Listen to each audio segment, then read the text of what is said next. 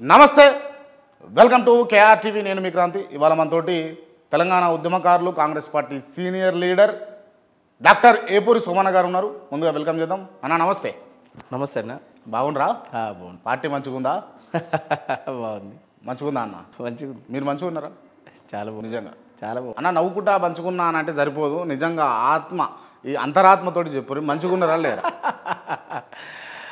ఆత్మ చెప్తేనే అంతరాత్మ చెప్తేనే మనసులకి వెళ్ళి నవ్వు వస్తుంది అందువల్ల బ్రహ్మాండంగా ఉన్నాం కానీ అది ఫేక్ నవ్వని నేను అంట ఫేక్గా నవ్వుతున్నారు మీరు నాకు నవ్వరాదు అట్లా అసలు ఆ ఫేక్ నవ్వే నాకు నువ్వు నటించడం అంటే నా వల్ల కానిపోయినది నువ్వు ఎంత నవ్వి నాకు నవ్వు వస్తే నవ్వుతా లేకపోతే లేదు కానీ యాక్టింగ్ నవ్వు నాకు రాదు అంటే ఇది సంతోషంతో వచ్చిన నవ్వా లేకపోతే బాధని మిగదింగుకొని వస్తున్నటువంటి నవ్వా అసలు బాధ ఎక్కడిదని బాధనా బాధ ఎక్కడిదన్నది నేను చెప్పాలనా అసలు బాధే లేదు కదా బాధ అనేది ఉంటే బాధ ఎక్కడిదన్నది నేను చెప్పాలనా చెప్పు చెప్పు తెలంగాణ ఉద్యమకారులు తెలంగాణలో కాలు గజ్జగట్టి మొత్తం ఇక పోతమాయ జీవితం అని చెప్పేసి తిరిగిన వాళ్ళు మీరు ఏంది మీ భవితవ్యం ఏంది అసలు ప్రజలు ఆదరించినంత కాలం సమస్యలు ప్రజా సమస్యలు ఉన్నంత కాలం ప్రజలు ఆదరించినంత కాలం పాటను ప్రేమించినంత కాలం నాలాంటి ఉద్యమకారుడు నాలాంటి కవి గాయకునికి సమాజంలో ఆదరణ ఉంటుంది సమాజంలో ఇంకా దాదాపు మూడు జనరేషన్లు తయారు చేయాల్సిన ఓపిక నాకుంది ఇంకా మూడు జనరేషన్లు తయారు చేస్తా సాంస్కృతిక రంగంగా ప్రజా కవులుగా ఉద్యమకారులుగా సామాజిక ఆలోచన పరులుగా తయారు చేస్తాను ఏం పదవి ఉన్నదని తయారు చేస్తారు మీరు నాకు పదవులు ఎందుకండి నేనే పదవి నేను ఏపుడు సోమన్న అనేదే ఒక పదవి సమాజంలో నేను చేయాల్సిన ఇంటర్వ్యూలో క్రాంతి అడిగినప్పుడు సోమన్న చెప్పడానికి బాగానే ఉంటుంది కానీ నిజంగా ఈ ఇంటర్వ్యూ కట్ చేసి కొంచెం సేపు రిలాక్స్డ్గా మాట్లాడుకుంటే నిజంగా ఒక రాజకీయ నాయకుడిగా అనేటోడికి ఖచ్చితంగా పదవి ఒక అలంకారమా కాదా నేనేమంటున్నంటే మీరు చెప్పేది రాజకీయాలు నిజంగా రాజకీయ పార్టీ అని ఆలోచించేటువంటి పర్సన్కు అది అవసరం నాలాంటి ఉద్యమకారుడికి నాలాంటి ప్రజాగాయకుడికి పార్టీ నన్ను గౌరవించి నాకు పార్టీ పనెప్ప చెప్తే పార్టీ పనిలో భాగస్వామ్యం అయితే పార్టీలో అద్భుతంగా భుజాన్ని వేసుకొని పనిచేస్తా అది ఏది లేదు చూడు అది ఏది లేనప్పుడు కూడా నాకు చేతి నిండా పని ఉంది ఈ సమాజంలో నేను చేయాల్సింది నేను ఎదుగుతున్న కాలంలో నేను పనిచేసిన సమాజంలో పనిచేసిన ప్లాట్ఫామ్లు ఉన్నాయి ఇంకా ఈ భూమి మీద గదే గొంగడి గదే గోషి గదే గజ్జగడతా గదే సమాజంలో ఉంటా అంటే ఇంకా ఇప్పుడు నువ్వు పిలిచినావు మీరు పిలిచారు రండి అని పిలిస్తే వచ్చి మాట్లాడితే లేకపోతే నేను మాట్లాడడం పని చేయను కాదు కదా ఎట్నైనా మాట్లాడతా కదా ఎట్నైనా పాడతా కదా ఎట్నైనా రాస్తా కదా అంటే ఇంకా పాటగాడి కాడనే ఇంకా కాలు గజ్జగట్టుకోడి కాడనే ఇంకా గొంగడేసే కాడనే ఉండిపోతావాడు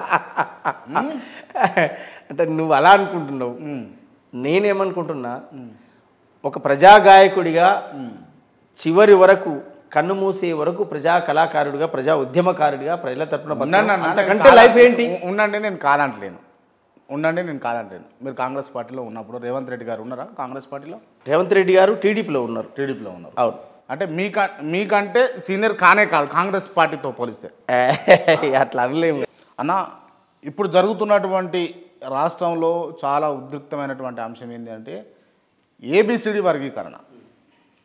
వర్గీకరణ అనేది ఇది లాభం చేకూరుతుందని ఎస్సీలలో ఉన్నటువంటి కులాలు ఉపకులాలు ఒక వర్గంగా ఇది లాభం చేకూరదు దీనివల్ల నష్టమే ఉందని అదే ఎస్సీ కులాల్లో ఉన్నటువంటి ఇంకో పెద్ద కులము ఉపకులాలు ఇంకో రకంగా చెప్తా ఉన్నాయి అసలు ఏందన్నట్టు ఈ ఏబిసిడి వర్గీకరణ వల్ల మందకృష్ణ మాదిగ పోరాటం వల్ల ఈ 34-35 ఏళ్ళ పోరాటం వల్ల ఎవరు లాభపడ్డారు ఎవరు నష్టపోయారు ఎవరికి లాభం జరుగుతుంది ఎవరికి లాభం జరగదు ఎవరు నష్టపోతారు అంటే ఎస్సీల ఏబిసిడిల వర్గీకరణ అనేటువంటి విషయము ఇది ఒక ఆత్మగౌరవ సమస్యగా భారత రాజ్యాంగంలో మెజార్టీ ప్రజలైనటువంటి బీసీలో ఏబిసిడీలుగా ఉండగాలేంది 59 కులాలుగా ఉన్నటువంటి ఎస్సీల్లో ఎందుకు ఏబిసిడీలు ఉండకూడదు రాజ్యాంగం నుంచి వచ్చే అటువంటి ఫలాలు ఎవరైతే మొదటి నుంచి చైతన్యవంతమై ఎడ్యుకేషన్లో ముందు వరుసలో ఉండి రాజకీయ తెలివులు కలిగి రాజకీయంగా ముందు వరుసలో ఉన్నటువంటి వాళ్ళు ఎవరైతే ఉండరో ఎస్సీ అనే కేటగిరీలో వాళ్ళే ప్రతిదీ కొట్టుకొని పోతున్నారు వాటాలు లేకపోవడం ద్వారా ఏబిసిడీలుగా విభజన జరిగినప్పుడు ఎస్సీ కోటాలో ఎన్ని వస్తే అవి 4 వస్తే నలుగురికి మనిషి ఒకటి 4 వస్తాయి, లేదా ఉమ్మడి ఉండడం ద్వారా అన్యాయం జరుగుతుంది అనేటువంటి ఒక సామాజిక సూత్రం ఆలోచించి ఆ రోజు ఉన్నటువంటి సమాజంలో ఉన్న మేధావులు, ఉద్యమకారులు, ప్రొఫెసర్లు అన్ని వర్గాలు ఆలోచించి మాదిగ దండోరా ఎంఆర్పిఎస్ మాదిగ రిజర్వేషన్ పోరాట సమితి అనేటువంటి ఒక సంస్థ స్థాపించారు. దాన్ని మందకృష్ణ మాదిగన్న ఉండి లీడ్ చేసి రాష్ట్ర వ్యాప్తంగా దేశవ్యాప్తంగా మహోత్తరమైన పోరాటాలు చేశాడు. ఆయనే రాకముందుకు మేము కూడా గ్రామీణ ప్రాంతాల్లో మీరు ఏంటోళ్ళు అనగానే అర్జెన్స్ అని చెప్పుకునేది. నేను కూడా అనుభవించా ఆ సమస్యను, నేను లైవ్లో అనుభవించాను. వీళ్ళు ఏంటోళ్ళు అనగానే అర్జెన్స్ అని చెప్పుకునేది. కొంచెం కార్పొరేట్ స్టైల్లో ఉంటుంది. కార్పొరేట్ స్టైల్లో అర్జెన్స్ అనేది ఇదేం చెప్పుకుంటారే. ఆ పరిస్థితి నుంచి కృష్ణన్న పిలుపు పెట్టిన తర్వాత, కృష్ణమాదిగా అనే పదం వచ్చిన తర్వాత మా అందరికీ ఆత్మగౌరవం వచ్చింది.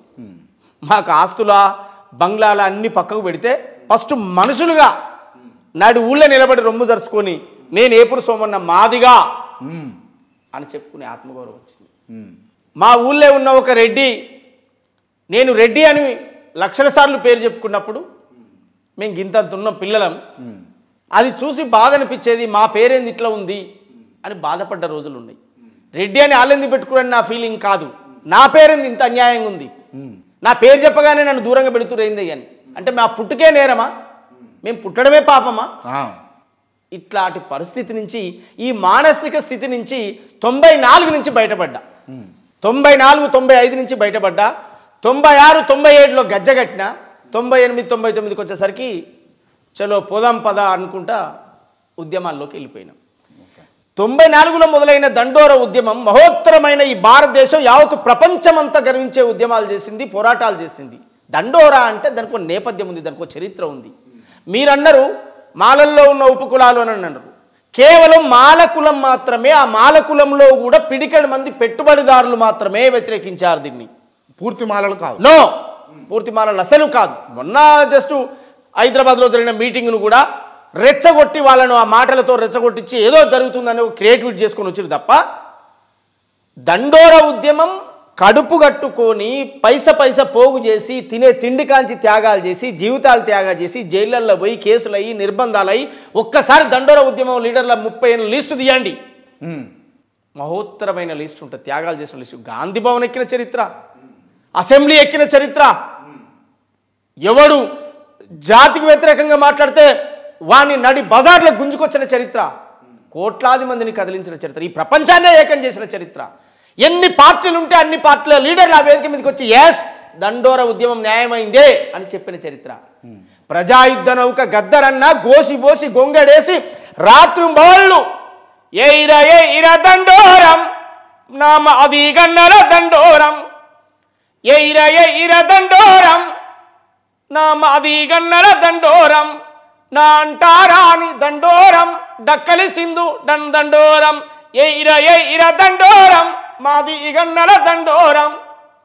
ఇట్లా గలం వినిపించింది. ఎవరి కోసం? వర్గీకరణ న్యాయమైందని చెప్పడం కోసం.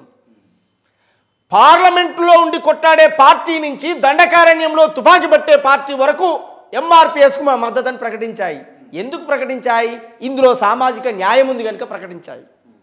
ఇవాళ దీన్ని కొంతమంది పిడికడ మంది, వివేక్ వెంకటస్వామి లాంటోడు ఒక గుత్తదారి, ఈ గుత్తదారి తయారు చేసినటువంటి ఉద్యమాలు, ఈ పేక్ ఉద్యమాలు, ఆ వివేక్ వెంకటస్వామి అనేటోడు ఒక గుత్తదారిగా తయారయ్యి అందరి మీద పడి అందరిని రెచ్చగొట్టి జమ చేస్తే అంతసేపు బహుజన మేధావులుగా ఉన్నటువంటి కొంతమంది మేధావులు కూడా ఇవాళ జై మాల అంటుండ్రు. తప్పే లేదు నువ్వు మాల అంటే, కానీ మాలలో ఉన్న నీ ఉపకులాలకు నీ వాటా పంచి ఫస్ట్. మాదిగల్లో ఉన్న ఉపకులాలకు నేను వాటా పంచడానికి సిద్ధంగా ఉన్నా. నీ మాలల్లో ఉన్న ఉపకులాలకు నీవు ఏమిస్తున్నావు అది ప్రకటించు. ఏ రోజు ఏ పేద మాధవ మాలవని కాడికి పోయిండ్రు? ఏ పేద మాలవని కలిసిరు వీళ్ళు? ఏ రోజున వివేక్ వెంకటస్వామి మాల అని చెప్పుకున్నాడు ఎక్కడన్నా? పోనీ ఈయన భార్య మాలనా? ఈయన ఇంటికి వచ్చిన కోడలు మాలనా? పోనీ ఈయన అన్న ఎమ్మెల్యే, ఈయన ఇక్కడ ఎమ్మెల్యే చెన్నూరు, ఈయన అన్న అక్కడ ఎమ్మెల్యే, ఈయన కొడుకు ఎంపీ, మళ్ళీ ఈయన అన్న బిడ్డను దించాలని చూస్తుండ్రు.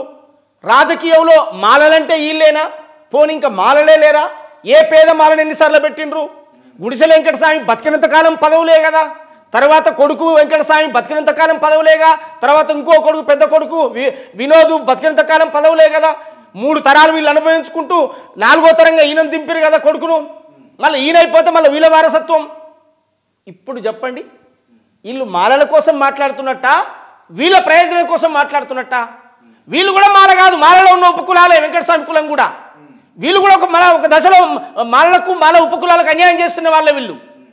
అంటే వారసత్వ రాజకీయాలను నిర్మాణం చేసుకొని ఒక దొరలు, రెడ్లు, వెలమలు, అగ్రకులాల్లో బాగా బలిసి, అంటే రాజకీయం అంటే వ్యాపారం, మా పనే రాజకీయం అని చెప్పేటోళ్లకు వివేక వెంకటస్వామికి ఏం తేడా ఉంది? ఏ పేద మాలను కూర్చోబెట్టాడు? అయితే ఆయన ఉండాలి, లేకపోతే ఆయన అన్న ఉండాలి, లేకపోతే ఆయన కొడుకు ఉండాలి, లేకపోతే ఆయన అన్నబిడ్డ ఉండాలి. ఇక మిగతా మాలల్లో లేరా? ఏ మాలల కోసం మాట్లాడారు? ఇవాళ మందకృష్ణ మాదిగా ఎంఆర్పిఎస్ మాట్లాడుతుంది ఎస్సీల్లో 59 కులాల గురించి.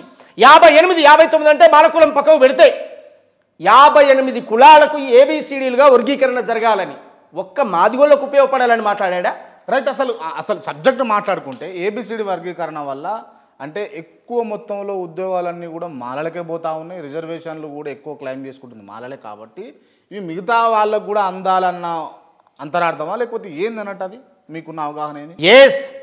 ఎస్సీల్లో ఏబిసిడీలుగా విభజన జరిగితే నేను నీకు అర్థమయ్యే భాషలో, నాకు అర్థమయ్యే భాషలో, సాధారణ మనుషులకు అర్థమయ్యే భాషలో నేను ఒకటే మాట చెప్తా ఉన్నా.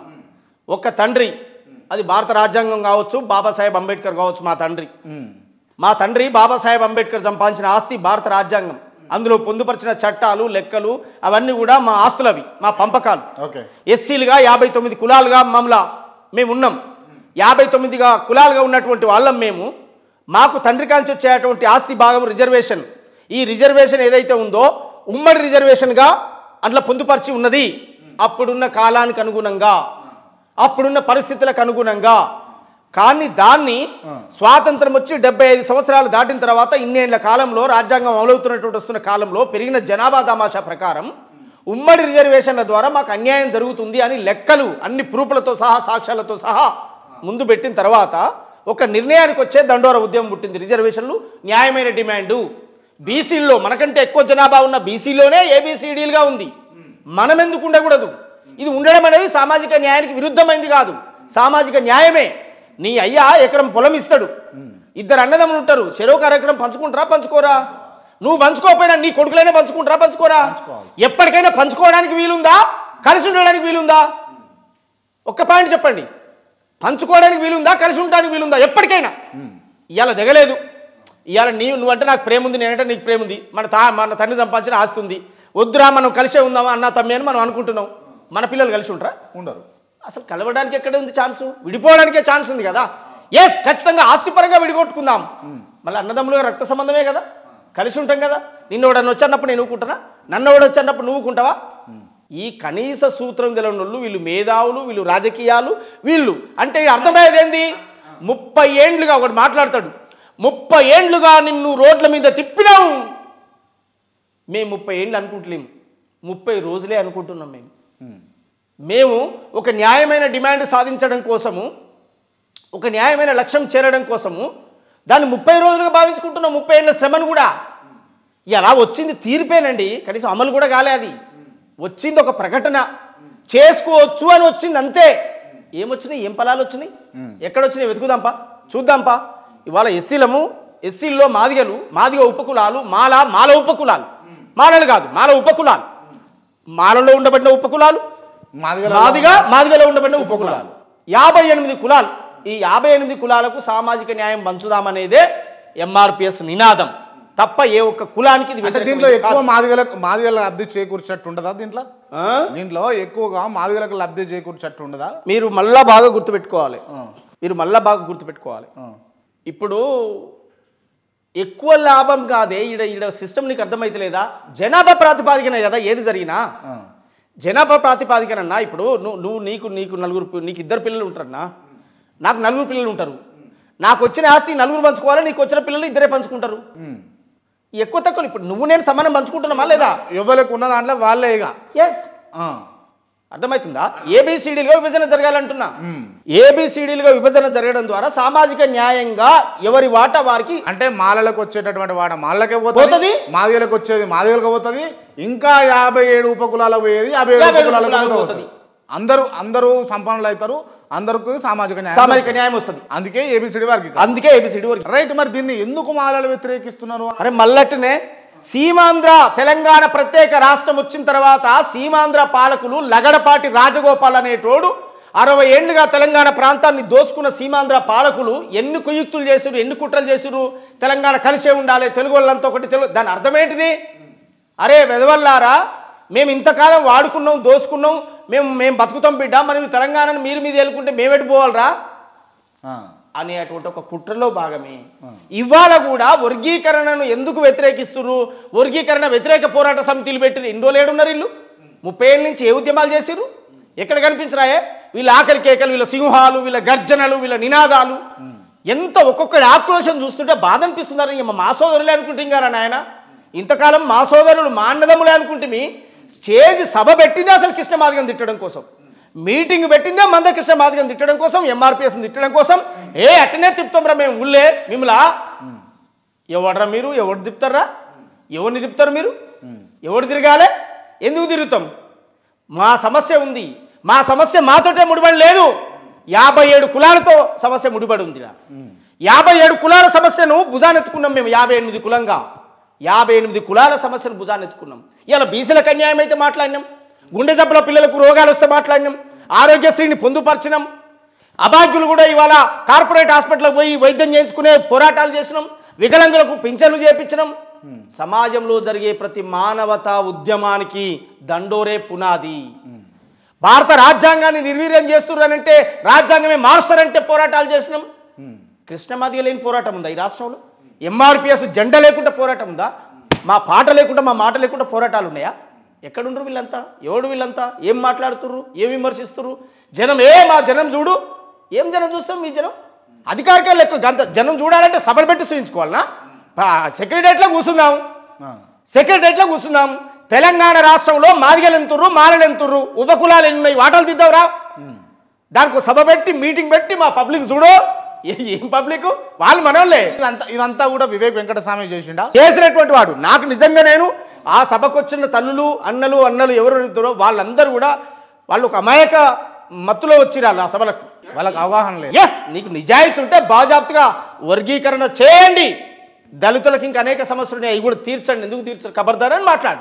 అంటే ఈ అన్నదమ్ములు లెక్క ఉన్నోళ్ళని కావాలని విడగొడుతున్నాడు అని చెప్పేసి మందకృష్ణ మాదిగ అన్నటువంటి అంశాలు చూసినాం మనం. మందకృష్ణ మాదిగ అన్నదమ్ముళ్ళ లెక్క కాదు, ఒక్కడే దోసుక తింటుంటే ఎంతకాలం తింటారా? ఒక్కడు కాదురా తినాల్సింది. ఎస్సీలో 59 కాదు, 59లో ఒక్కడే కాదురా, 58 మంది ఉన్నాం. 58 మందిది 59 ఒక్కడే తింటుండే ఎందుకురా అని చెప్పి మందకృష్ణ మాదిగ గారిని దండోర చేసేటువంటి ఉద్యమాలు. ఒక్క రాజకీయ పార్టీ అన్నా ఆ వేదికకి ఎందుకు పోలేదు? నాకు చెప్పండి. ఇతర కులాలు ఎందుకు పోలేదు ఆడికి? ఇతర కులాల సభలు ఎందుకు పోలేదు? ఏ ఒక్క ప్రొఫెసర్లు, ఇతర కులాల ప్రొఫెసర్లు ఎవరు ఎందుకు పోలేదు? ఇతర కులాల మేధావులు ఎందుకు పోలేదు? అదే నువ్వు ఎంఆర్పిఎస్ వీడియో ది ఒకటి, ఎంఆర్పిఎస్ సభలు పెట్టినటువంటి తీరుది. భారతదేశ యావత్ ప్రధానమంత్రి వచ్చింది కదా, రాజశేఖర రెడ్డి వచ్చింది కదా ఎంఆర్పిఎస్ మీటింగ్కు, చంద్రబాబు నాయుడు వచ్చింది కదా ఎంఆర్పిఎస్ మీటింగ్కు. ఈడ ఒక్కటే గుర్తుపెట్టుకోవాలి, మాల సమాజం బాజాప్తా నా అన్నలు నా తమ్ములే. మాల సమాజాన్ని మేము తిట్టం, మాల సమాజాన్ని అవమానించం, మాలలం మాదిగలం మేము దూరం కాదు.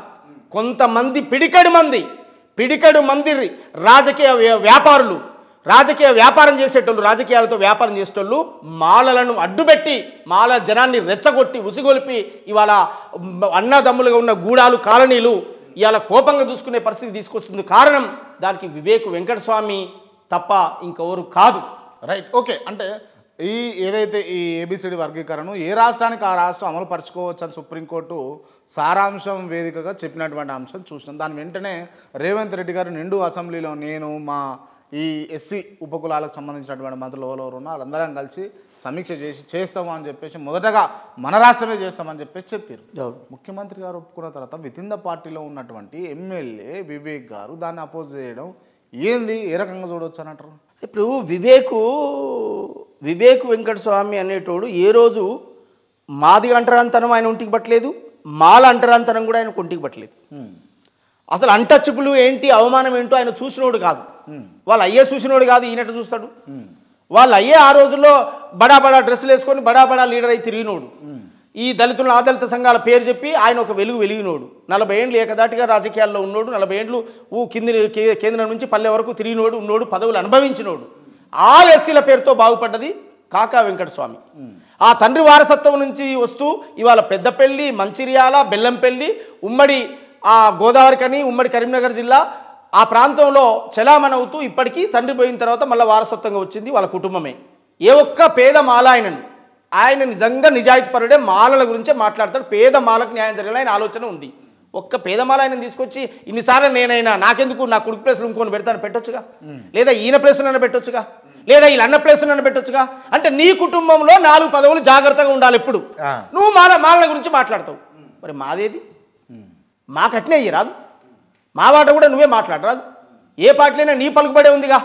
బీజేపీలో పోతే నీ పలుకుబడే ఉండే, కాంగ్రెస్లో పోతే నీ పలుకుబడే ఉండే, బీఆర్ఎస్లో పోతే నీ పలుకుబడే ఉండే.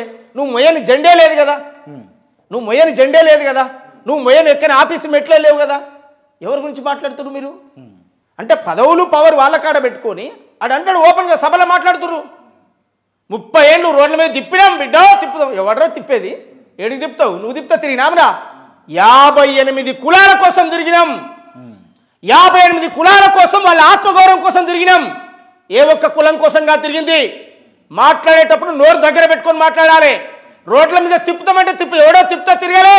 కాలికి బలపాలు కట్టుకొని విశ్వరూపమని, ధర్మయుద్ధమని, కురుక్షేత్రమని, శంకరామని, మాదిగల మహాయుద్ధ పేరని లక్షలాది మందిని హైదరాబాద్ నగరాలు, విజయవాడ, విశాఖపట్నం ఎక్కడ ప్రాంతాలు ఉంటే అక్కడ ఢిల్లీ కోటను చుట్టుముట్టిన చరిత్ర కూడా దండోరా ఉద్యమానికి ఉందంటే, దండోరా ఉద్యమం యొక్క శక్తి ఏంటంటే 58 కులాలను కూడగట్టింది కనుక.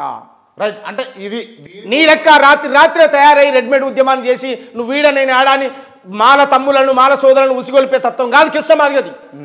బాజాప్తుగా మాల సోదరులు, మాల తల్లులు, మాల ఆడబిడ్డలు, మాది మీది మనందరం అన్నదమ్ములమే. మన ఉమ్మడి రిజర్వేషన్ వర్గీకరణ దాన్ని పంచుకొని అంతిమంగా మన రాజ్యాధికారం మన లైన్. నిన్ను నన్ను తిట్టుకోవడం కాదు, మార్చుకోవాలి, మీ పద్ధతులు మార్చుకోవాలి, మీ భాష మార్చుకోవాలి. రైట్. దీనికోసం ఏబిసిడి వర్గీకరణ జరగాలి, అందుకోసమే మందకృష్ణ మాదిగ పోరాటం అని అంటారు, అంతేనా? ఎస్. Okay right. కానీ నేను ఈ అంశాలు పక్కన పెడితే నేను మిమ్మల్ని ఒక అంశం అడగాలి వ్యక్తిగతంగా. ఏపూరి సోమన్నకు నిలకడ ఉండదు, ఓపిక ఉండదు.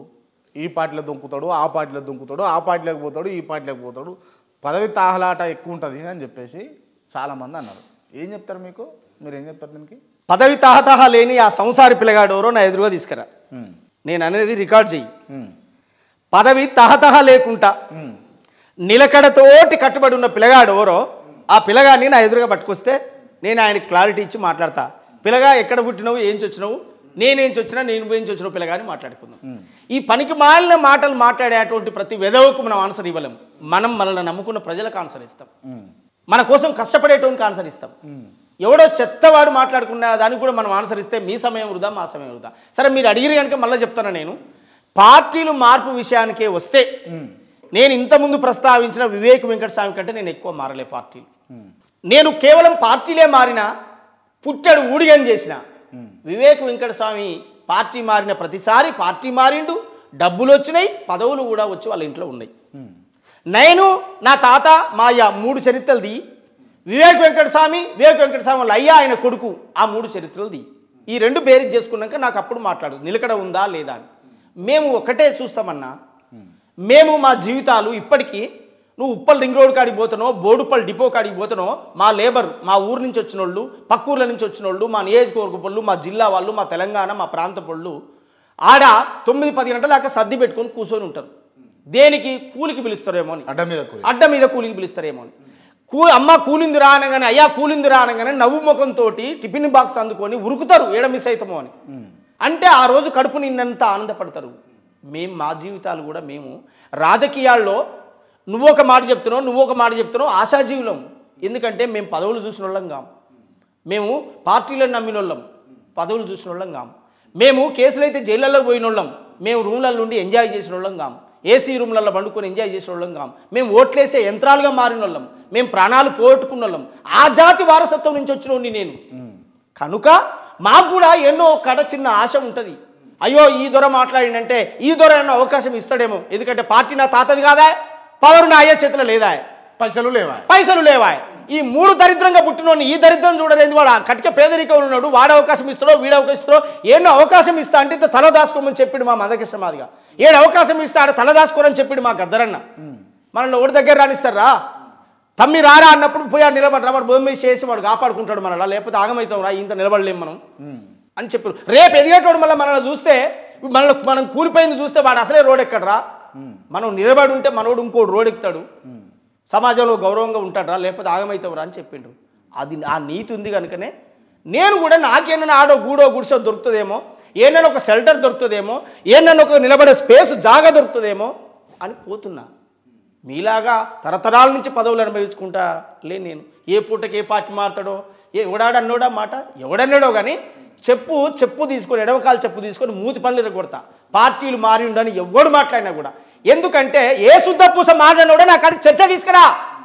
మారని శుద్ధ పూస ఎవడు, ఆ సంసారి పిల్లగాడు ఎవరో, ఆ సంసారి నా ఎదురుగా పట్టుకొస్తే అప్పుడు చెప్తా, సంసారి ఏ పార్టీ నీది, నీ అయ్యదే పార్టీ నీదే పార్టీ, ఇప్పుడు ఏ పార్టీ పోతావు అని చెప్పి మాట్లాడతాను నేను. రైట్, ఓకే అన్న. ఈ ఇంటర్వ్యూలో మనము ఈ కాంగ్రెస్ పార్టీ ఇప్పుడు సంవత్సరం అవుతా ఉంది అధికారంలోకి వచ్చి, మరి అధికారంలోకి వచ్చి ఏమేమి చేసింది ఏమేమి చేయలేదు, ఈ సంవత్సరంలో సక్సెస్ అయిందా లేకపోతే ఫెయిల్ అయిందా అన్న అంశాలు చర్చిద్దాం, సరేనా? ఓకేనా అన్న, చెప్పండి. ఇవాళ రేవంత్ రెడ్డి అనేటటువంటి వ్యక్తి ముఖ్యమంత్రి కుర్చీలో కూర్చున్నాడు, ఇంకా ఏపూరి సోమన్నగానే ఉన్నాడు అని నేను అంటా. అదే కరెక్టే, కానీ ఇప్పుడు రేవంత్ రెడ్డి గారు ముఖ్యమంత్రి కావడానికి రాత్రి వచ్చిన సీట్ ఏం కాదు. ఆయన కూడా కష్టపడ్డాడు, ప్రయాణం చేసిండు. జెడ్పీటీసీ స్థాయి నుంచి ముఖ్యమంత్రి కావడం అంటే మాటలు కావు. అది కాంగ్రెస్ లాంటి ఒక పెద్ద మహాసముద్రమైన పార్టీ. రాత్రి ఎవరు పేరు తొలగించబడుద్దో ఎవరు పేరు ఎక్కుతుందో తెలియదు. నామినేషన్ ఇంకొక 2 రోజులు ఉందనగా కూడా మా ఏరియాలో తుంగతుర్తి ఎమ్మెల్యేగా మందుల సామిల్ గారికి టికెట్ వస్తుందని ఎవరు ఊహించలేదు. సప్న రాత్రే టికెట్ వచ్చేసింది, గెలిచిండు, ఎమ్మెల్యే అయ్యిండు.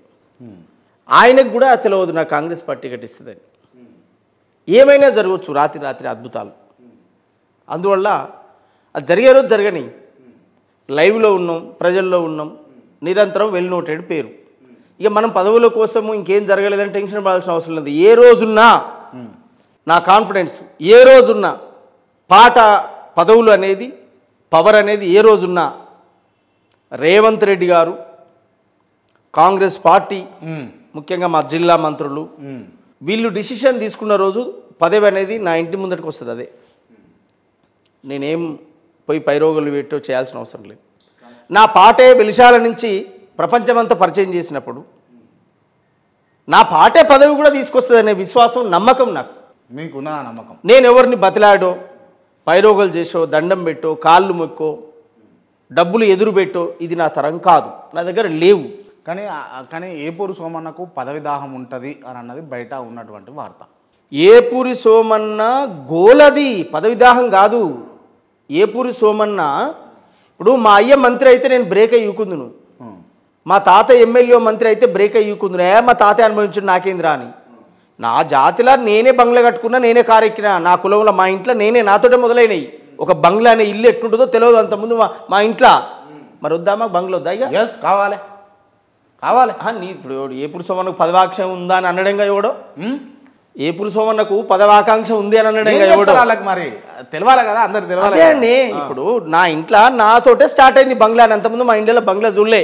ఇందిరాగాంధీ ఇచ్చిన పెంకుటిల్లు ఉంది, అంతకుముందు గుడిసెల జీవితాలే. నేను గుడిసెను చూడలే, పెంకుటిల్లు కానీ చూసిన. పెంకుటిల్లు పోయింది, అది గులగొట్టి బంగ్లా ఇల్లు కట్టుకున్నా. ఆటోలో తిరిగినా, కారులో తిరిగినా, ట్రాక్టర్ మీద తిరిగినా, కాలు నడకన తిరిగినా, కారు కొనుక్కున్నా. ఈ రెండు మా ఇంట్లో. అంటే నా ఇల్లు అంటే నా తాత, తండ్రి, తాత, ముత్తాత, తాత మొదలెవడో అక్కడి నుంచి ఇక్కడి వరకు నా కాడికి వచ్చేసరికి నా కాంచి మొదలైనవి. మరి నాకు పదవి ఉండాలి, నేను పదవిలోకి పోవాలని నాకు ఎందుకు ఉండదు కోరిక? అంటే నాకే లేకపోతే రేపు నా కొడుకు ఉండదు, నా కొడుకు లేకపోతే నా మనవడికి ఉండదు, అంతే. ఇక మేమంతా ఇంతేనా? బతుకులు మారాలి, బరాబరి ఉంటుంది అనుకుంటాం ఖచ్చితంగా. ఎన్నిసార్లు మోసం చేస్తావు, ఎన్నిసార్లు ఆపుతావు? ఒకసారి ఆపుతావు, 2 సార్లు ఆపుతావు, 4 సార్లు ఆపుతావు. పాట పాడేటప్పుడు కూడా ఎన్నోసార్లు జీవితంలో పాటలకు అవకాశం ఇవ్వని వాళ్ళు, వేదికలు ఇవ్వని వాళ్ళు, పాడొద్దని కట్ చేసిన వాళ్ళు, మీటింగ్కి పిలిచి వద్దని అవమానించిన వాళ్ళు ఎన్నో చూసుకుంటూ వచ్చినాము. ఇలా అదే పాట ప్రధాన చర్చ ఉందా లేదా సమాజంలో? Right, okay. ఈ సందర్భంగా చెప్పులు కుట్టే చేతులతోటే చరిత్రలు రాయాలి పాట పాడాలన్న అన్న, చెప్పులు గుట్టిన చేతులతోటే చరితను రాయాలేం, ఈ దేశాన్ని లాలేం. ఎందుకు ఆ పాట ఎందుకు అడిగిరు మీరు? ఇదే ఎందుకు అడిగిరు? అంటే ఒక స్థాయి నుంచి ఇంకో స్థాయికి మనం ఎదగాలి అని అంటే ఆ పాటలో ఉన్నప్పుడు ఆ అంతరార్థం వింటామంటే అంటే ఈ పని చేసేటోళ్ళు ఏమేమి సృష్టించాలనో అర్థమవుతూ ఉంటుంది ఆ పాటలో ఉన్నటువంటి అర్థం. చెప్పులు గుట్టిన చేతులతోటే చరితను రాయాలేం, ఈ దేశాన్ని లాలేం. డప్పులు కొట్టిన చేతులతో డాలర్లు దేవాలేం, పోరుకు దారులు వేయాలేం. మా రోజులు రావాలేం, ఈ దేశాన్ని లాలేం. గొర్రెలను బర్లను గాసే పోరలు చదువుకు పోవాలేం, శాస్త్రవేత్తలు కావాలేం. బండలు కొట్టే ఒడ్డరోళ్ళు ఇంజనీర్లు కావాలేం, ప్రాజెక్టులు కట్టాలేం. కాలి నడకన పోయేటోడు గాలి మోటార్ ఎక్కాలేం, ఏరోప్లేను నడుపాలేం. మా రోజులు రావాలేం, ఈ దేశాన్ని లాలేం.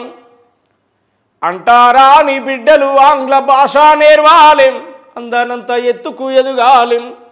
బుద్ధుడు పూలే అంబేద్కరులే మార్గం కావాలేం, మమతల స్వర్గం రావాలేం. మా రోజులు రావాలేం, కామన్ విద్య విధానము అమలు కావాలేం. ఒక మంత్రి కొడుకు పేదోని కొడుకు ఒక బల్లే చదవాలేం. మా రోజులు రావాలేం, ఈ దేశాన్ని లాలేం. చెప్పులు గుట్టిన చేతులతోనే చరితను రాయాలేం, ఈ దేశాన్ని లాలేం.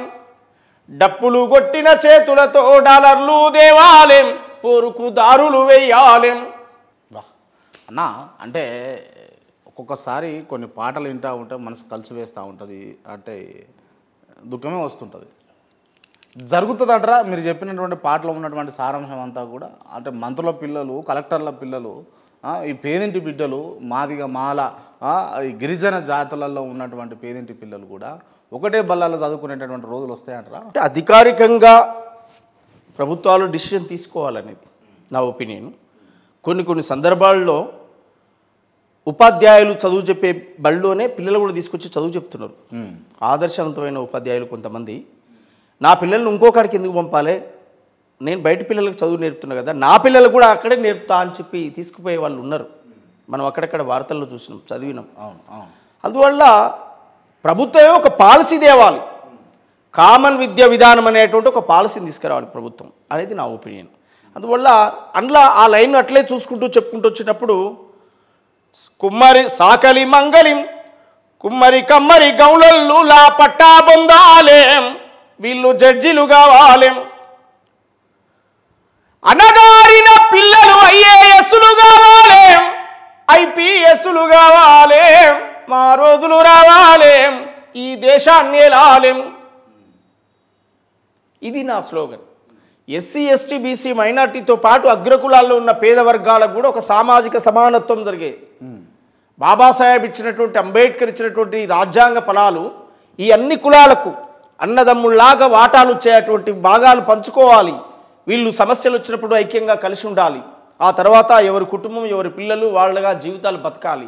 వీళ్ళు బాబాసాహెబ్ అంబేద్కర్ ఇచ్చినట్టు మనకు భారత రాజ్యాంగంలో బాబాసాహెబ్ అంబేద్కరు ఆయనే చదువుకున్న తర్వాత, ఆయనే ప్రపంచ దేశాలు తిరిగిన తర్వాత, ఆయన స్టడీ చేసిన తర్వాత నా ప్రజలకు ఏం కావాలని కోరుకున్నప్పుడు ఆయన మనకిచ్చినటువంటిది చదివిచ్చాడు, మనకిచ్చినటువంటిది ఓటిచ్చాడు. ఈ చదువుకొని నువ్వు ఐఏఎస్ అవుతావా, ఐపీఎస్ అవుతావా, డాక్టర్ అవుతావా, ఇంజనీర్ అవుతావా, నువ్వు చదువుకో, నీకు సామాజిక సమానత్వం వస్తుంది. సామాజిక సమానత్వంతో ఆర్థిక సమానత్వం వస్తుంది. నువ్వు సమాజంలో గౌరవించబడతావు. నువ్వు కలెక్టర్ అయినప్పుడు కలెక్టర్ అయిన మాది అయినా, ఆయన మాల అయినా, ఆయన డక్కల అయినా, చాకల అయినా, కుమ్మరైనా, కమరైనా అని చూడరు. కలెక్టర్ అని చెప్పి సార్ అని దండం పెడతారు. అందువల్ల నీకు సామాజిక సమానత్వం వస్తుంది. దాంతోపాటు నీకు సమాజంలో గౌరవం వస్తుంది, నెలకింత శాలరీ వస్తుంది, నీకు ఆర్థిక సమానత్వం పెరుగుతుంది. ఓ కారు వస్తుంది, ఓ బంగ్లా వస్తుంది. నిన్ను గూడెంలో గుడిసెల్లో చూసినటువంటి ప్రజలు ఒక్కసారి ఆఫీసర్గా చూసినప్పుడు అది ఏ కులమైనా పర్వాలేదు వచ్చి నీకు దండం పెట్టి మోకరిల్లుతారు. అది రావాలంటే చదువుకోమని చెప్పాడు. లేదా ఇగో ఓటిస్తున్నా, ఈ ఓటు అనే ఆయుధాన్ని ఇస్తున్నా, ఈ ఓటు అనే ఆయుధంతో నువ్వు కూడా రాజ్యంలోకి పో, నువ్వు కూడా ఎమ్మెల్యేవో, ఎంపీటీసీవో, సర్పంచ్వో, జెడ్పీటీసీవో, వార్డు మెంబర్వో, పార్లమెంట్ మెంబర్వో కా. అప్పుడు నువ్వు కూడా అందరితో పాటు సమానంగా ఓ ఎమ్మెల్యేతో సమానంగా ప్రోటోకాల్ వస్తుంది నీకు, ఎంపీతో సమానంగా ప్రోటోకాల్ ఉంటుంది నీకు ఆ కుర్చీ ఆడేస్తారు. పలాని ఎంపీ పలాని ఎంపీటీసీ మాలా ఆయన రా, ఆయన తీసి కింద కూర్చోబెట్టు, పలాని ఆయన మాదిగా ఆయన రా, ఆయన తీసి పక్క కూర్చోబెట్టు, ఎవరు చెప్పడు, ఖచ్చితంగా నీకు కుర్చేస్తారు ఆడ. ఇది నేను ఈ సిస్టాన్ని రూపుదిస్తున్నా ఇక్కడ, ఈ రెండింటిని వాడుకో అని చెప్పాడు బాబాసాహెబ్ అంబేద్కర్. అందువల్ల ఇవాళ ఆయన ఇచ్చినటువంటి భారత రాజ్యాంగంలో ఆయన పొందుపరిచినటువంటి ఈ హక్కులు ఇవి హరించబడుతున్నాయి. ఈ పంచినప్పుడు మాత్రమే సామాజిక సమానత్వం వస్తుంది. ఈ సమానత్వం రావాలని ఈ దేశంలో, ఈ రాష్ట్రంలో అనేక పోరాటాలు జరుగుతూ ఉన్నాయి. ఇంకా ఇప్పుడు నేను మీ ద్వారా ఎదుగుతున్నటువంటి నా యువతరానికి, 10th, ఇంటర్, డిగ్రీ చదువుతున్నటువంటి నా యువతరానికి ఎటు తేల్చుకోవాలి, లైఫ్ ఏంటి అని ఆలోచించేటువంటి నా యువతరానికి కూడా అదే చెప్తా ఉన్నా. సీరియస్గా ప్రయత్నం చెయ్యి, మీరు మార్వాడీలను చూసి నేర్చుకోవాలని చెప్తా ఉన్నాను. వాడు దేశం కాని దేశం పోతాడు, పల్లె కాని పల్లె పోతాడు, ఊరు కాని ఊరు పోతాడు, ప్రతి కాడిపై వాడు ఎస్టాబ్లిష్ అయి ఉంటాడు, వానికి ఒక అడ్డ దొరికితే చాలు. కానీ మనోడికి ఊళ్ళో బస్సు ఎక్కేటప్పుడే తల్లిదండ్రులు ఇక్కడనే ఏడుస్తారు, మనోళ్ళే ఏడుస్తారు, ఫస్ట్ వాడు ఏడుస్తాడు పక్క పెట్టి. కానీ బిడ్డా ఎక్కడ పోతున్నావు కొడుకో, నువ్వు ఊరు దాటిపోతున్నావు అంటుంటారు. వీడు ఏడుస్తున్నాడా? మార్వాడి పిల్లగాళ్ళు వచ్చి ఇక్కడ ఏడుస్తున్నారా? తెలంగాణలో, హైదరాబాద్లో ఏడుస్తున్నారా? ఏంటి? వాళ్ళకు లక్ష్యం ఉంది, లక్ష్యం ఉంది. మన పిల్లలు లక్ష్యం లేకుండా బతుకుతుండ్రు. ఈ గల్లి దాటి అవతలకి వెళ్ళిపోతూ అమ్మో నా కొడుకు ఎప్పుడు వస్తున్నాడు, తల్లిదండ్రులు అభద్రతా భావంలో బతుకుతా ఉన్నారు. పిల్లలు అదే ఆసరాగా చేసుకొని మా అమ్మ నాన్న వదిలేసి మేము పోమని చెప్పి బతుకుతా ఉన్నారు. ఎప్పుడు మారుతాయి ఇవన్నీ? ఎవరు వచ్చి మార్చాలి? ఎవడు మార్చడు. బాబాసాహెబ్ అంబేద్కర్ చెప్పినట్టుగా మన తలరాతలు మనమే రాచుకోవాలి. పేదరికంలో పుట్టడం నీ తప్పు కాదు, పేదరికంలో చనిపోవడం నీ తప్పు అని చెప్పి అంబేద్కర్ చెప్పిన మాటను మనం ఎందుకు గుర్తించాం? ఎందుకో గోల్గా పెట్టుకోం. అందువల్ల నువ్వు చెత్త కాగితాలు ఏరుకునే పని అని చేయన్నా, ఓ వ్యాపారమే పెట్టేసి, ఏం వ్యాపారం రా, చెత్త వ్యాపారమే చేస్తున్నారా అని పెట్టేసేయాడ, తప్పులేదు. కానీ ఆ సిస్టాన్ని నేర్చుకున్నప్పుడే ఎదిగే తరం అద్భుతంగా తయారవుతుంది. నేను పాడిన పాటకు అర్థం ఉంటుంది నీ నేల. రైట్, ఓకే అన్న. మనం పార్టీకి సంబంధించిన అంశాలు కొన్ని మాట్లాడుకుంటే కనుక రేవంత్ రెడ్డి గారి పాలన తీరు నిజంగా కాంగ్రెస్ పార్టీకి బెడిచికొట్టే విధంగానే ఉన్నది, అవునా కాదా? అట్లా అంటే నేను సరే అనాలని ఉన్నా కూడా అనలేకపోతున్నారు అన్నట్టు. ఎవరు? మీరు. అసలు ఎందుకు బెడిచికొట్టింది అది ఫస్ట్ ఏం చేసిరన్నా? ఇప్పుడు మీరు ఏదో చేస్తుంది కాంగ్రెస్ పార్టీ అధికారంలోకి వచ్చిందని చెప్పేసి అప్పటి వరకు న్యూట్రల్గా వేరే పార్టీలో ఉన్నటువంటి మీరు బీఆర్ఎస్ నుంచి కాంగ్రెస్లోకి పోయారు. ఏం చేసిందన్న కాంగ్రెస్ పేద ప్రజలకు, ఏపురు సోమన్న సంటోళ్లకు ఏం చేసిందని అడిగితే ఏం చెప్తారు? కాంగ్రెస్ పార్టీ మాకేం చేసిందని నేను ఎప్పుడు ఆలోచించలేదు. కాంగ్రెస్ పార్టీ కోసం నేను ఏం చేయాలనే ఆలోచనలో నేనున్నా. కాంగ్రెస్ పార్టీ నాకేం చేసిందని ఎప్పుడు ఆలోచిస్తాను నేనంటే నాకు 65 ఏళ్ళు వచ్చినాక ఆలోచిస్తా. ఇప్పుడు ఏమున్నారన్న? 60-65కి వచ్చినాక. ఇప్పుడు మీరు ఏమున్నారు? మీరు 40 ఉన్నా. 40 ఉన్నారు. 20 ఏళ్ళు ఇట్లే ఉంటారు. అరే అట్లా కాదే, నేను చెప్పేది అర్థమవుతుందా నీకు? ఇప్పుడు ఏం చేసిందని కాదు, ఇప్పుడు నేను పార్టీ కోసం పనిచేసే ఏజ్లో ఉన్నా. నాకు పార్టీ ఏం చేసింది అనేది పార్టీ పెద్దలు ఆలోచిస్తారు, ప్రభుత్వం ఆలోచిస్తుంది. ఇప్పుడు నాకేమో ఇస్తే ప్రభుత్వం మంచిది లేకపోతే చెడ్డదని నా ఉద్దేశం కాదు. కాంగ్రెస్ పార్టీ వచ్చిన తర్వాత, రేవంత్ రెడ్డి ప్రభుత్వం వచ్చిన తర్వాత తెలంగాణ సమాజానికి కొంచెం ఊపిరి పీల్చుకున్నట్టు అయింది. ఏమొచ్చిందని నువ్వు అడిగినందుకు చెప్తున్నా. ఊపిరి పీల్చుకున్నట్టు అయింది. ఏమొచ్చిందని నువ్వు అడిగినందుకు చెప్తున్నా. ప్రగతి భవన్గా ఉన్నటువంటి భవనము ప్రజాభవన్గా మారింది. మహాత్మా జ్యోతిబా పూలే అనేటువంటి ఒక బోర్డు మారింది. పేర్లు మారితే సరిపోదు. వినండి. పేరు మారితే సరిపోవుగా అంటే వాడు ఉమ్మడి ఆంధ్రప్రదేశ్ ఉండి మనం ఉండొచ్చుగా, ఉమ్మడి ఆంధ్ర రాష్ట్రంగానే ఉండొచ్చుగా. తెలంగాణని ఎందుకు మార్చుకున్నాం? రాష్ట్రం కావాలనే ఉద్దేశంతోటేగా. రాష్ట్రం ఎందుకు కావాలి? మన అభివృద్ధి మనం చేసుకోవాలనే కదా. రాష్ట్రం ఎందుకు కావాలి? మన పాలన మనం వేలుకున్నానే కదా. ఎస్, పేరెందుకు మార్చినామంటే ప్రజాభవన్ అనేటువంటి పేరు దానికి ఒక తోక లేదు, మూతి లేకుండా పోతుంది కనుక, ప్రగతి భవన్ ఉన్నటువంటి పేరు తోక మూతి లేకుండా పోతుంది కనుక దాన్ని మహాత్మా జ్యోతిబా పూలే ప్రజాభవన్గా మార్చినాం.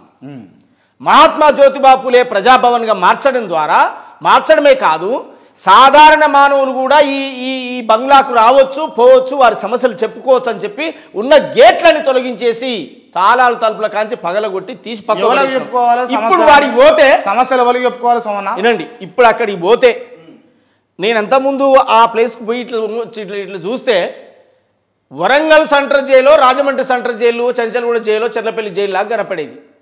ఇంతెత్తు గోడలు, ఇంతెత్తు గేట్లు. ఇవాళ అసలు అక్కడ ఏమీ లేదు. ఇట్లా పెట్టి చూస్తే అంటే ప్రతి మానవుడు పోతుండు వస్తుండు. ఒరే ఏంది ఇట్లా? ఎన్టీఆర్ ఘాట్ కాడికి పోయినాం, అంబేద్కర్ 125 అడుగుల విగ్రహం కాడికి పోయినాం, సెక్రటరియట్ కాడికి పోయినాం, లుంబిని పార్క్ కాడికి పోయినాం. గట్లనే జనం కూడా అట్టే కనపడుతున్నాడా? లైన్ గట్టి కనపడుతున్నారు. దేనికి ఏం చేస్తారు జనాలు? వారి సమస్యలు చెప్పుకోవడం. ఎవరికి చెప్తున్నారు? వారి ప్రాబ్లమ్స్ ఎవరికి చెప్తున్నారు? అక్కడ ఉండేటువంటి అధికారులకు. ముఖ్యమంత్రి గారు ఉంటాము అని చెప్పి చెప్పినారా? లే అక్కడ సీతక్క బట్టన్న వీళ్ళ సారథ్యంలో ఉంటారు అనేదే అక్కడ ఉన్నటువంటి ఒపీనియను. ఇప్పుడు నేనేమంటున్నంటే ఆ మాత్రమన్నా స్వేచ్ఛ ఇచ్చి వాళ్ళ స్వేచ్ఛ వాయువులు అంటే గిడికి వచ్చి ఆఫీస్కి వచ్చి క్రాంతికి చెప్పుకోవచ్చు అనేది ఒక స్వేచ్ఛ ఉండాలన్నా వద్దా? నీ గేట్ కన్నా 14 మంది సైన్యం ఉన్న తర్వాత ఎవడొస్తాడు? ఎట్లొస్తాడు సాధారణ మానవుడు? అందువల్ల ఇవాళ మాకు స్వేచ్ఛ దొరికింది. తెలంగాణలో ఒక సాధారణ మనుషులకు కూడా సీఎం కాడికి పోవచ్చు అనేది ఇప్పుడు ఒక మాట చెప్తున్నా, కేసీఆర్ గారు మంత్రులకే టైం ఇవ్వలేదు, కేసీఆర్ గారు మన ఎమ్మెల్యేలకు టైం ఇవ్వలేదు, ఎంపీలకు టైం ఇవ్వలేదు.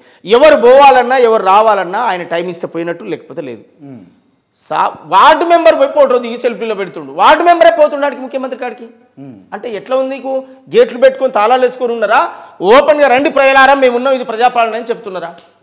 ఇది మనం అర్థం చేసుకుంటే సరిపోతలేదా? ఏం చెల్లి ప్రజాపాలన రేవంత్ రెడ్డి గారి ఇంట్లోకించి నడుస్తూ ఉందా ఇప్పుడు? అర్థం కాలేదు. రేవంత్ రెడ్డి గారి ఇంట్లో నుండి నడుస్తూ ఉందా ప్రజాపాలన?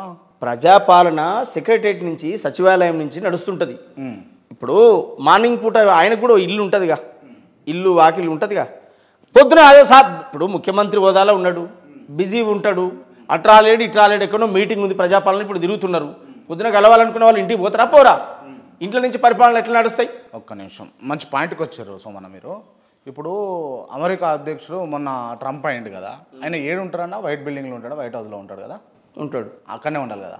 ఆయనకు నాకు తెలిసి మన మొత్తం ఎంటైర్ వరల్డ్ మొత్తంలో చాలా ప్రాపర్టీస్ ఉండొచ్చు, ఈవెన్ ఇండియాలో కూడా ఉండొచ్చు. అట్లా అని ఇండియాకి వచ్చి ఉండాడు కదా సొంత ఇల్లు అని. ఆయనకు అధికార గృహం ఉంటే అధికార గృహంలో ఉండాలి. మరి రేవంత్ రెడ్డి గారు తన సొంత ఇంట్లో ఎట్లుంటాడు? అధికార గృహమైనటువంటి ప్రగతి భవన్, ప్రజాభవన్ చేశారు, అన్నులు ఉండాలి కదా. ఉంటాడు. ఇప్పుడు కాదు, ఇంట్లో ఉన్నాడా? ఇల్లు ముఖ్యమంత్రి అయినా కట్టిండా ఇల్లు? ఎప్పుడు కట్టింది? ముఖ్యమంత్రి అయినాక మీరు ప్రజాభవన్లో ఉండాలిగా, అధికార గృహంలో ఉండాలి. నేను చెప్పేది ఇప్పుడు అధికారులు ఆఫీసు పాలన విధానం పరిపాలన అనేది ఆఫీస్కి వచ్చి చూస్తుండా? ఇంటికే అధికారులు పిలిపించుకుంటుండా? మరి ఇంటికాడికి ఎందుకు కొంతమంది? అరే మళ్ళట్నే ఇంటికాడికి ఎందుకంటే ఏందండి నాకు అర్థం కాదు. తన ఇల్లు తన ఇంటి కార్యాలయంగానే పార్టీ కార్యక్రమాలు మంచి చెడు వ్యవహారాలని అక్కడి నుంచే నడిపి కష్టపడి తిరిగి వచ్చినోడు ఇలా ముఖ్యమంత్రి అయినాక కొత్తగా ఇల్లు కట్టి నా ఇంటికే రావాలి మీరు అంటలేడు. అధికారుల కోసం సెక్రటరియట్కే పోతుండు, అధికారికంగా పనులకు కోసం ఆడికే పోతుండు. కానీ తనకంటే కుటుంబం పిల్లలు ఉంటారు కదా, మరి అది ఎట్లా తప్ప అవుతుంది? అంటే అది కూడా తప్ప. గతంలో రాజశేఖర రెడ్డి కూడా ఇట్లా చేసిండా పరిపాలన? ఎట్లా? ఇట్లనే చేసిండా, ఇంట్లో నుంచి చేసిండా? అసలు ఇంట్లో నుంచి ఆయన పరిపాలన చేయట్లేడు. ముఖ్యమంత్రి గారు సెక్రటరియట్ నుంచి పరిపాలన కొనసాగిస్తూ ఉండు, ఇంటి నుంచి చేస్తున్నాడు. ఎవరన్నా సరే ఎంత ఎన్నికేసుకొస్తారో వేసుకరా అంటారన్నా, ఏమున్నది? ఎవరు? మీరు. ఇది ఎన్నికేసుకొచ్చుడు ఏముందన్నా? అంటే ఇప్పుడు నీ దృష్టిలో ముఖ్యమంత్రి గారు సెక్రటరియట్కి రావట్లేడా? ఎన్నిసార్లు వస్తారన్నా? ఎన్నిసార్లు? నేను ఒకసారి మీకు చూపిస్తా. రేవంత్ రెడ్డి గారి ఇంటి తవ్వకు ఆ సెక్రటరియట్ నుంచి రోజుకు 3-4 సార్లు 5-6 సార్లు ట్రాఫిక్ జామ్ అవుతుంది.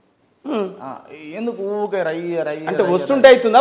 రాకుంటుంటే పోతుంటే ఇంటి కాన్సల్ రాలేదనంటావు. మరి నువ్వు రాలేదంటావు ఎందుకు? అధికార గృహం ఉంటే అధికార గృహంలో వస్తారు, సచివాలయంలో ఉన్నటువంటి కార్యక్రమాలు చేసుకోనికి అక్కడ నుండి అడిగి పోనీకి వెసులుబాటు ఉంటుంది. ప్రతిసారి ఏంది రచ్చ, ఏంది ట్రాఫిక్ జామ్లో, ఏంది ఇబ్బంది? నేనేమంటున్నా, ఏదో ఒకటి మాట్లాడాలి కనుక ఇల్లు సమస్య మాట్లాడుతున్నట్టు అనిపిస్తుంది నాకు. ఏదో ఒకటి మాట్లాడాలి. ఇల్లు సమస్యలు, హైదరాబాద్లో కూలిపోయిన ఇళ్ల సమస్యలు ఉన్నాయి. మూసి పునర్నిర్మాణం అనో పునరుజ్జీవనం అనో, దానివల్ల మూసి వల్ల నష్టపోయినటువంటి పేదలు ఉన్నారు. మీరు చెప్పండి మూసి చేయాలనా వద్దా? మూసి చేయాలి. మంచిదా కాదా? ఎందుకోసం చేస్తున్నావు? మంచిదా కాదా అన్న? ఎందుకోసం చేస్తున్నారు? ఎన్నేళ్ల నుంచి మూసి కోసం కొట్లాడినాం. అదే అన్న, ఎందుకోసం చేస్తున్నాం? అదొక స్ట్రక్చర్, డిపిఆర్ ఒకటి రిలీజ్ చేయాలి. గిది కథ, గీళ్ళు నీళ్ళు పోతాయి, గిది పోతుంది, గిడ గిది వస్తుంది, ఇక్కడ గది కడుతున్నాం, గది వస్తుంది అని ప్రజలకు అవగాహన ఇవ్వాలి కదన్న. ఖచ్చితమైనటువంటి క్లారిటీ ఉంది, ఖచ్చితమైన ప్రణాళికలు సిద్ధమవుతున్నాయి. జనవరిలో పాదయాత్ర చేయబోతుండ్రు, అన్ని విషయాలు వెలుబుస్తారు.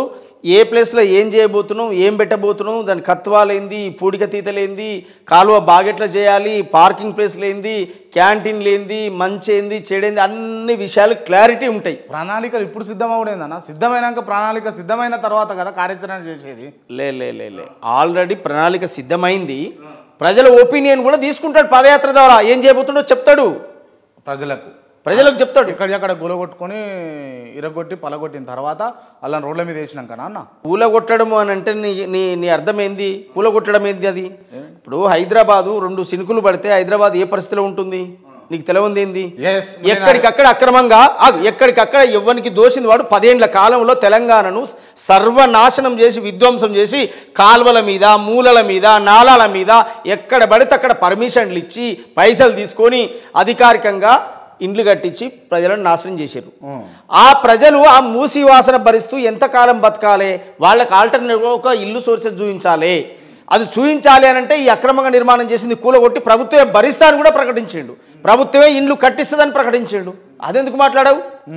ఇప్పుడు రేవంత్ రెడ్డి గారి సోదరుడు ఇల్లు ఇంతవరకు కూలగొట్టలేదు, మీకు తెలుసా? ఇది రేవంత్ రెడ్డి గారి సోదరుడు.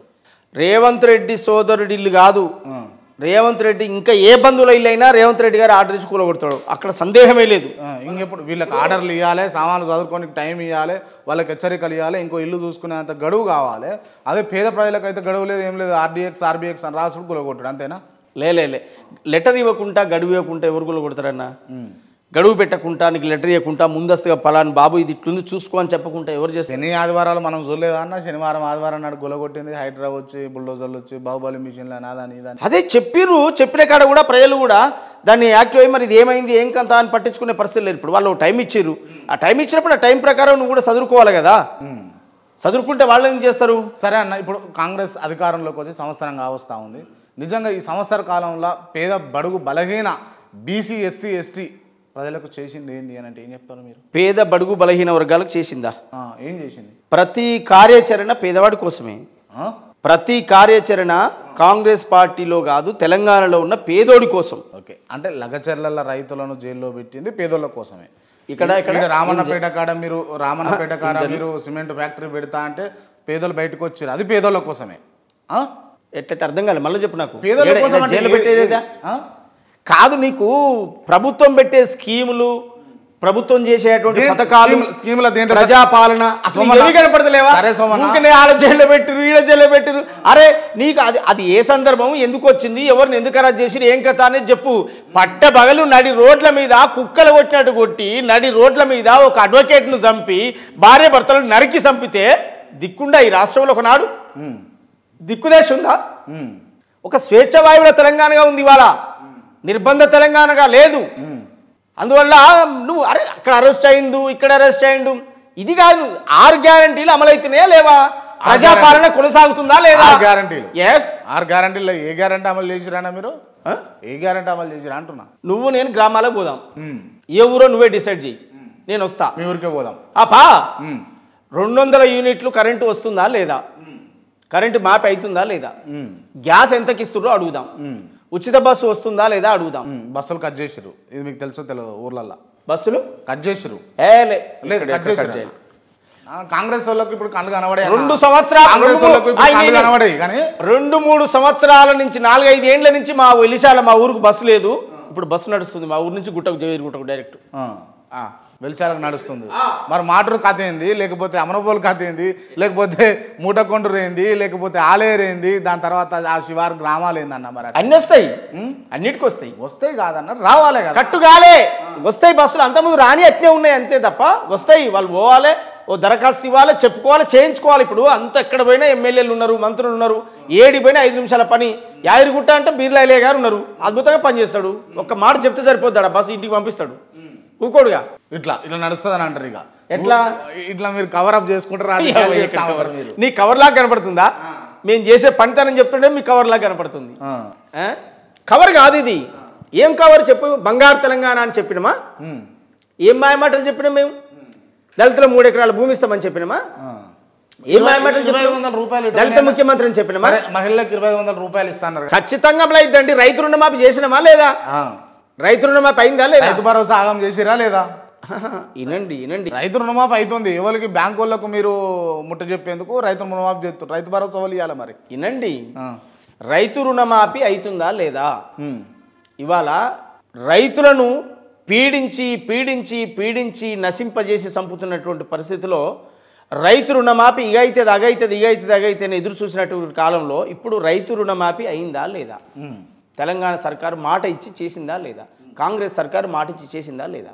అందువల్ల అయ్యే పనుల గురించి డిస్కస్ చేయవెందుకు? ఇప్పుడు 1-2 కాలేదు, కావు, ఇప్పుడు 4 రోజులు అవుతుంటాయి. వినండి, ఏడాది కాలం గడిచింది, ఏడాదిలో ఎన్ని జరిగినావు అవి మాట్లాడేది? ఏడాదిలో ఎన్ని పనులు జరిగినాయి అవి మాట్లాడవా? కానీ కూడా మస్తుకున్నాయి. ఎయ్, మేము అధికారంలోకి వచ్చిన 10 సంవత్సరాలు టైం పాస్ చేసి 10 సంవత్సరాలు టైం పాస్ చేసి 10 సంవత్సరాలు ప్రజలను దోసుక తిన్న దొంగలు ఉన్నారు. సంవత్సర కాలం కాలే 6 గ్యారంటీలు అమలు చేసి ప్రజల ముందు పెట్టిన ఘనత చరిత్ర రేవంత్ రెడ్డి గారిది, గౌరవ ముఖ్యమంత్రి గారిది, కాంగ్రెస్ ప్రభుత్వం. అన్న నోరు పెంచు కదా, వద్ద నిజం కాదన్న, నోరు పెంచా? గట్టి గట్టిగా నోరు పెంచడం ఏంది? గట్టి గట్టిగా మాట్లాడడం వల్ల ఏం జరుగుతుందన్న, ఏం జరుగుతుంది అనుకుంటారు? 25,000 రూపాయలు ఎంతమందికి ఇచ్చారన్న? 10 తులం కాదు, నేను అడుగుతున్నా, మీరు ఎన్నో ఒక్కటి మిస్టేక్ అయిందా అని భూతద్దలు పెట్టి చూపిస్తే ఏమైంది అనుకుంటారు మీరు చెప్పండి నాకు. 6 గ్యారంటీలు 100 రోజులలో సంవత్సర కాలం లోపల అమలు చేస్తాము, పూర్తి స్థాయిలో అందరికి ఇస్తాం అన్న. బాజాప్తుగా వినండి, బాజాప్తుగా 6 గ్యారంటీలు అనేటి అమలు అవుతూ వస్తున్నాయి. మేజర్గా అయినాయి 6 గ్యారంటీలు. కాలేదని చెప్పమను, ఎన్నో ఒక చర్చ పెట్టు, నేను వస్తా, నువ్వురా. నేను అడుగుతున్నా కదనే, అదే నువ్వు అడుగుతున్నావు. నువ్వు ఇప్పుడు నువ్వు అడిగే ఉద్దేశం వేరు.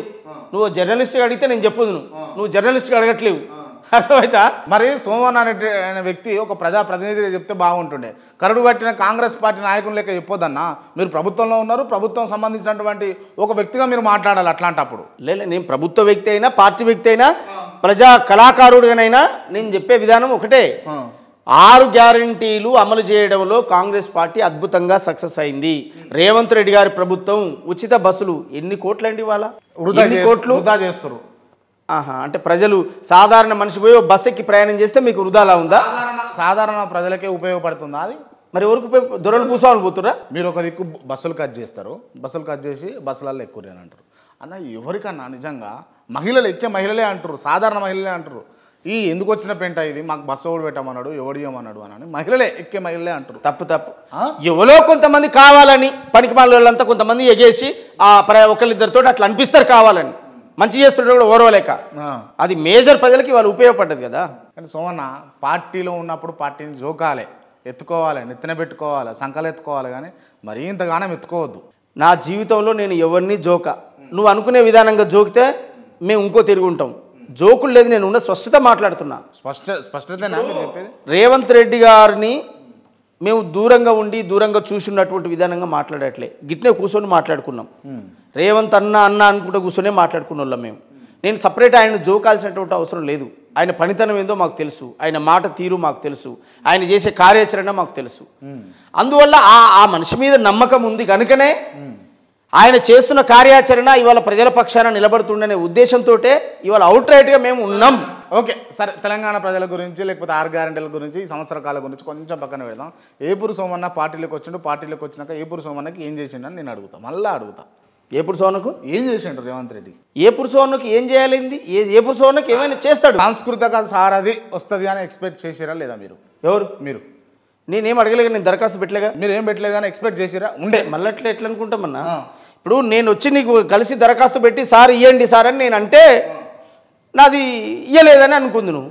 నేనేం అడగలే కదా ముఖ్యమంత్రి గారిని, నాకు సంస్కృతి సారథి అని నేను అడగలేదు. వస్తే బాగున్నాను అనిపించను.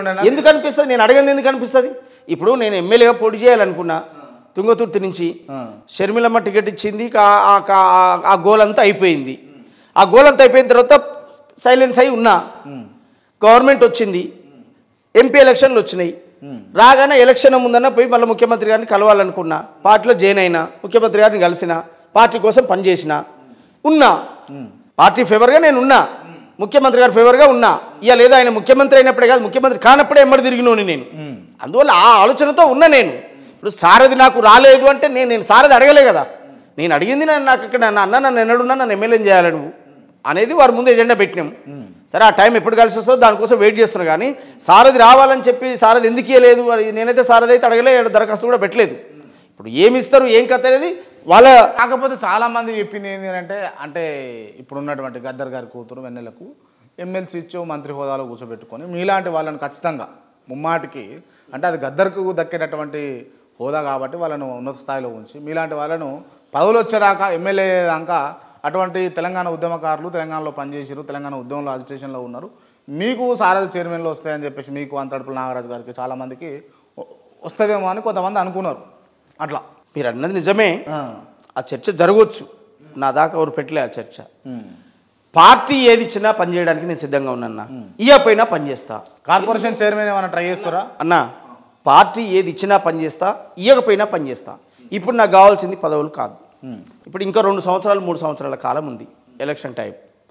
ఈ 2-3 సంవత్సరాల కాలంలో నేను పార్టీ వాయిసు పార్టీ విధానాల మీద అద్భుతంగా నేను ప్రజల్లో ఉంటా, తిరుగుతా. పార్టీ ఏమిస్తుంది ఏం కథ అనేది నా రాజకీయ భవిష్యత్తే రేవంత్ రెడ్డి గారి చేతిలో పెట్టిన. ఫస్ట్ ఇంటర్వ్యూ మీకే ఇచ్చిన నేను. అవును, నేను రేవంత్ రెడ్డి గారు కాంగ్రెస్ పార్టీలో జాయిన్ అయిన తర్వాత జాయిన్ అయినామని చెప్పి నువ్వు ఇంటర్వ్యూ తీసుకున్నప్పుడు నేను ఆ రోజు కూడా చెప్పా. నేనేం చెప్పాను, రేవంత్ రెడ్డి నేను సూట్ కేసులు పట్టుకోను లేకపోతే పైరోగోలు చేసో పైరవీలు చేస్తాను నేను పోను. రేవంత్ రెడ్డి గారే సోన్న ఈ పని చేయి నువ్వు తమ్మి గిళ్ళ ఉండు అని చెప్పిన రోజు నేను పనిచేస్తా. ఏది ఆయన ఇచ్చే పదవుల కోసం. కానీ ఇప్పుడు పనిచేయనా నిరంతరం పార్టీ కోసం పనిచేస్తా. ఎక్కడ పార్టీ విధానం పార్టీ వాయిస్ ఎక్కడున్నా అక్కడ నేను నిలబడతా, నేను ఉంటా. ఇది నా లక్ష్యం. ఇది ఓకే. ఇంకొక 20 ఏళ్ళు 30 ఏళ్ళు నేను రేవంత్ రెడ్డి గారి కోసం పనిచేయడానికి సిద్ధంగా ఉన్నాను. నేను ఆ రోజు చెప్పినా మళ్ళీ ఈరోజు కూడా చెప్తున్నా. ముసలోళ్ళు అయ్యాక పనిచేస్తారు ఇక అటనే. అంటే అందరు ముసలోళ్ళు అయ్యేదాకా పనిచేయరా? ఇప్పుడు కేసీఆర్ గారు పెద్ద మనిషి అదే అన్నట్టున్నా 10 ఏళ్ళు ముఖ్యమంత్రిలో ఉన్నాడు. ఏపూరి సోమన్న ఎమ్మెల్యే కాలేదు ఇంతవరకు కూడా, ఇంకా కూడా పనిచేస్తానంటున్నారు మీరు. అన్న ఇప్పుడు ఎమ్మెల్యే కాలేదు అని అంటే నాకు ఒక ప్రాంతం ఉండాలి, నాకు ఒక టికెట్ కావాలి, దానికి సంబంధించినటువంటి వర్క్ జరగాలి, గ్రౌండ్ వర్క్, ఇవన్నీ పనులు జరగాలన్నా.